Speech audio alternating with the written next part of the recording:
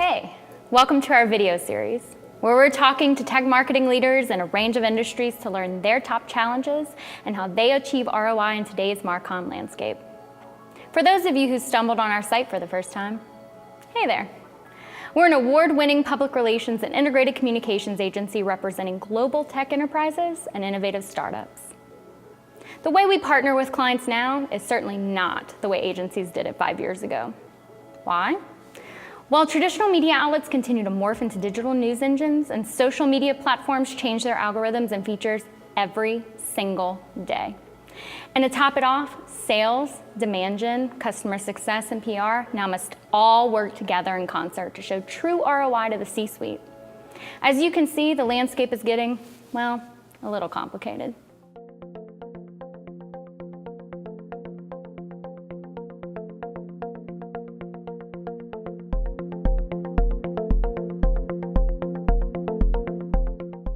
So today I'm with Paul Bronson, and thanks for coming down, Paul.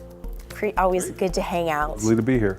And we have worked, you've been an old client of ours because we've worked with you at 2 different health IT companies. So the first was Razor Insights, a community hospital EHR, and now we're working together on Office Practicum, which is a pediatric EHR. So what I've loved actually about those experiences and working with you and your, the clients that we've partnered on is that, healthcare is such an old industry, but health IT really isn't risk averse. It's actually very aggressive, willing to test things in the market, and very entrepreneurial in spirit. And that's just a really interesting juxtaposition for an old industry. And so it ends up being a lot of fun for the PR practitioners. It is it's great, and I'm really excited to talk about how these companies have been able to kind of overcome that risk aversion. Yeah, absolutely, because you've been really driving force, and so that's why it's such a pleasure to always work with you. So let's talk about your role specifically in doing that. So when you are the internal head of marketing for a health IT company, what KPIs are you focused on every day? What is the C-suite pressuring you for? How do you work with sales? How do you align the two? Kind of talk to us about what the day is like and what you wake up, caring about and being concerned about every day when you're an in-house health IT marketer. Sure. Well, I think one of the primary things that has changed over the last several years has been this shift that sales usually was the one throat to choke when it came to the revenue number. But nowadays, it's really starting to shift more of that responsibility as we're able to measure and analyze the performance of our programs and campaigns. It's becoming more of a requirement for people in my position to wake up also, with that kind of noose around our neck in terms of a revenue number that we're expected to achieve. So from a KPI perspective, the things that we're specifically being asked to produce is what the C-suite always wants is they don't talk much about things like brand awareness. They talk about leads.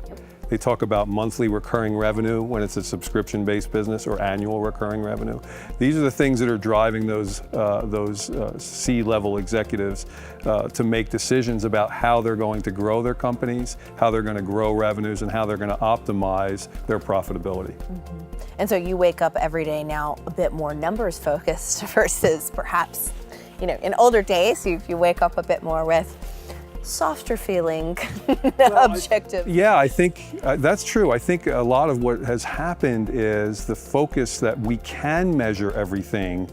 And in some ways that's a good thing, in some ways that's a bad thing. A good thing is that we can measure everything. The bad thing is that sometimes you can measure everything too much. Too much. And so it's finding a healthy balance between, and I guess someone that has experience like me working for a long time in this industry remembers marketing when it was classically trained marketing. And again, our expected handoff was we brought them to a certain point and led them into the sales world. And then sales was expected to kind of finish the deal from that standpoint. Now it's much more an integrated team approach that's required to make it work, and the analytics are proving that. We call it smarketing in the industry, right? When you align sales and marketing. So arguably, I think when the textbooks are written 10, 20 years from now, they'll say that this current period that we're in is maybe one of the biggest dynamic shifts in healthcare. So adoption of the cloud, ACA, constantly changing CMS guidelines, shift to value-based care. All these things are really changing the way that health IT marketers are selling, right? Because you've got regulatory guidelines that are constantly shifting and the needs and the technological advances of the customers. So how has that industry shift in health IT changed the role of a health IT marketer? What challenges has that posed in a lot of ways?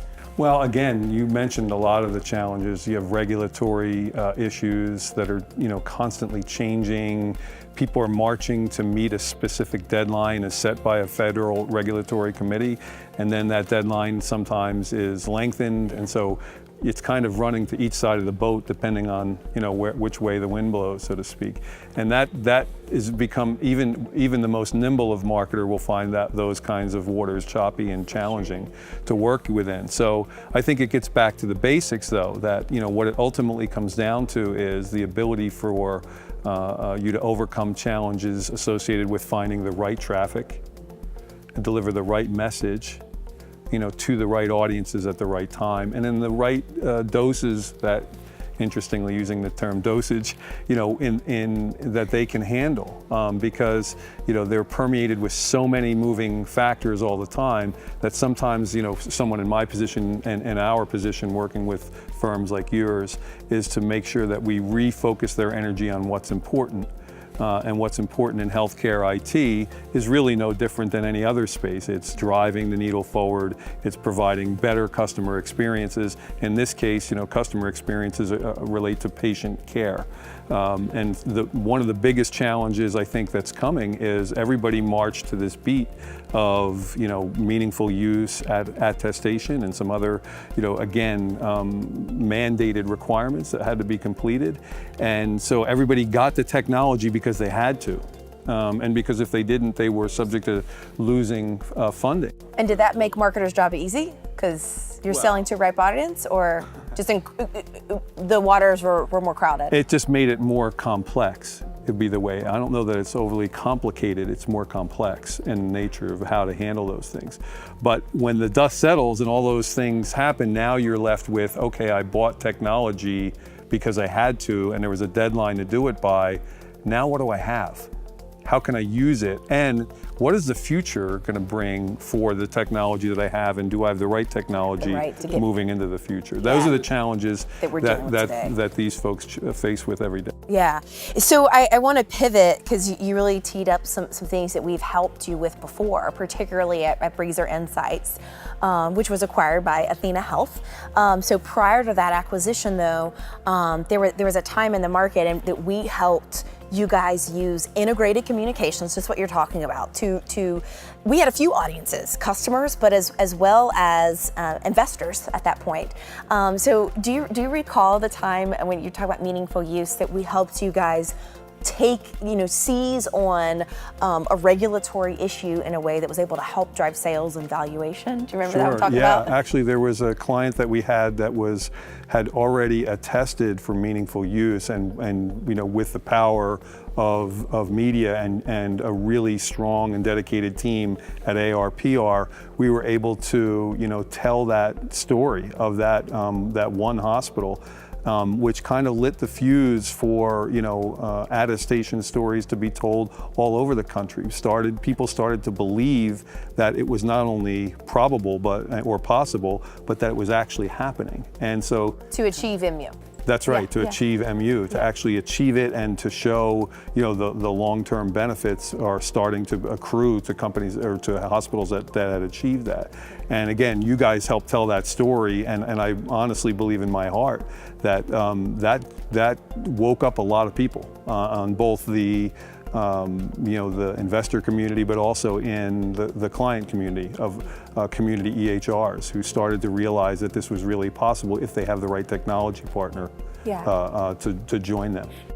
Yeah, and if I recall, during the time, to your point, that we were really changing national dialogue about, yes, hospitals can attest for MU successfully, because we proved that, it resulted in us being able, or us, I say Razor Insights, being able to, be named Fierce Health IT's Innovation Award, and I think we also got top EHR awards during that time period, and those were very impactful in the future of the company. Oh, there's no question about it. In fact, I completely attribute the ARPR pit bull mentality of going after it hard once they saw that that story was out there and our news story could really be told and proved. Then the ARPR team jumped all over it, and they got us involved and engaged in those awards. It was a fairly quick and painless process too, by the way, probably less than what most people would have expected. And quite frankly, my goal was that if we were out there and it's another chance for get awareness, great. If by some means we actually make it to the group that gets selected for finalists, well, that would be a kumbaya moment. And I didn't even in my wildest dreams imagine we would win. But because it was a well-crafted application and the competition included a company that had been discussing acquiring us for a long time, athenahealth. So the day that we were announced as a finalist with Athena, I was thrilled. I was a little concerned, but thrilled at the same time. The day that we won the award and actually, I want to say beat Athena, was the day that I think really triggered Athena's interest to become much more serious in what we were doing and really start to understand who we were and what we could do to help them. And ultimately, I'm convinced that definitely had a factor involved with them acquiring Razor Insight. It's such an awesome story. And if I had to guess, the Athena buyers on the other end saw the award and then they went to do some further digging and they saw all the MU coverage that we had done and how we changed the national dialogue about that. And what a compelling story. And it was just totally exciting. Well, when they walked in the Razor Insights office and kind of gave us the high five and congratulated us, that was a really special feeling. That's awesome. Oh, I got goose pimples.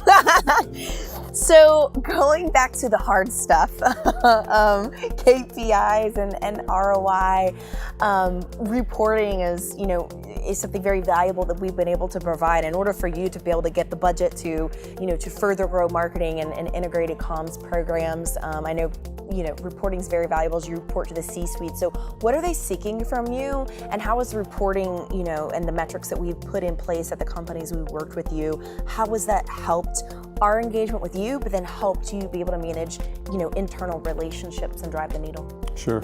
So the first thing in terms of how it's helped, us is, it provides a real direct way for us to measure and understand. And what I tell people a lot of times is it tells us very quickly what's not working, not so much what is working. When you test and optimize, pretty soon you find out, you take the liberal and the others out, and you can find out what if it's Democrat or Republican. So you have to really, have it down to a science. And I think that the metrics and reporting that get added by your team, just gives us further visibility and allows us to make better decisions at a tactical level. And when talking about in terms of the C-suite, again, they tend to have a very narrow view because they don't have a lot of time, and they've looked at marketing in a lot of different ways in the past. So their expectations now are solely around, how many new customer acquisitions are facilitated through our efforts, how much customer retention or loyalty is a result of the activities that we perform. So having these measurements and being able to go back to them helps them to make intelligent decisions about how and what to spend money on. In fact, we're going through with Office Practicum right now, the budget program, and this kind of information is front and center in terms of making decisions on how much to spend. And in the past, it was the allocation. These discussions were much different. We would go with a big number. They would tell us, we got to cut here, there, and everywhere. Now we go to them with numbers and they ask us, hey, what if we gave you a little bit more in this column? Could that generate X more number of new leads? Yeah. And they're not questions we got in the past. And you can argue against now because you're armed with the data that you used to not have. So, well, it is a pleasure to give you data every month and always to continue working with you and really shaping the national dialogue too about how technology is improving lives at the end of the day. Absolutely. So that's why we love HeathIT, and thank you again for coming and for joining us. As you can see from that discussion, the integrated approach is really how we view the world. To break it down even further, let's look at our integrated approach diagram. You can really see that we begin with solid messaging and content. This content has to be compelling and digestible so that it will attract your buyers. This is really important because it takes 7 to 13 touch points to convert a B2B buyer into a qualified sales lead. So the narrative you create through social media content, case studies, and white papers will help you push your leads through the buyer's journey. Now, how do we distribute all this content? Well, it's through digital channels. And since 75% of journalists say that they can't do their job without Twitter, this content is not just reaching your potential buyers, but journalists too, and that's a win-win. Once we distribute this content, we're able to leverage it for thought leadership campaigns, which helps us land speaking engagements and awards for your brand. And to put a bow on it all, with our lead generation and marketing automation capabilities, we have the ability to optimize this compelling content. We ensure we're capturing important prospect information like email addresses. Not to mention, through marketing automation software, we're able to follow a prospect through his or her buyer's journey. From the first time they find your website until it's time to close the sale, and even beyond, we continue to nurture that relationship. Not every client contracts us to execute our entire 360 approach for them. But what's really important to take away is that this is how we see the world. We bring this perspective to every tweet, blog, email, or pitch we write. We truly understand the exact Marcom formula it takes to help you make news and drive leads.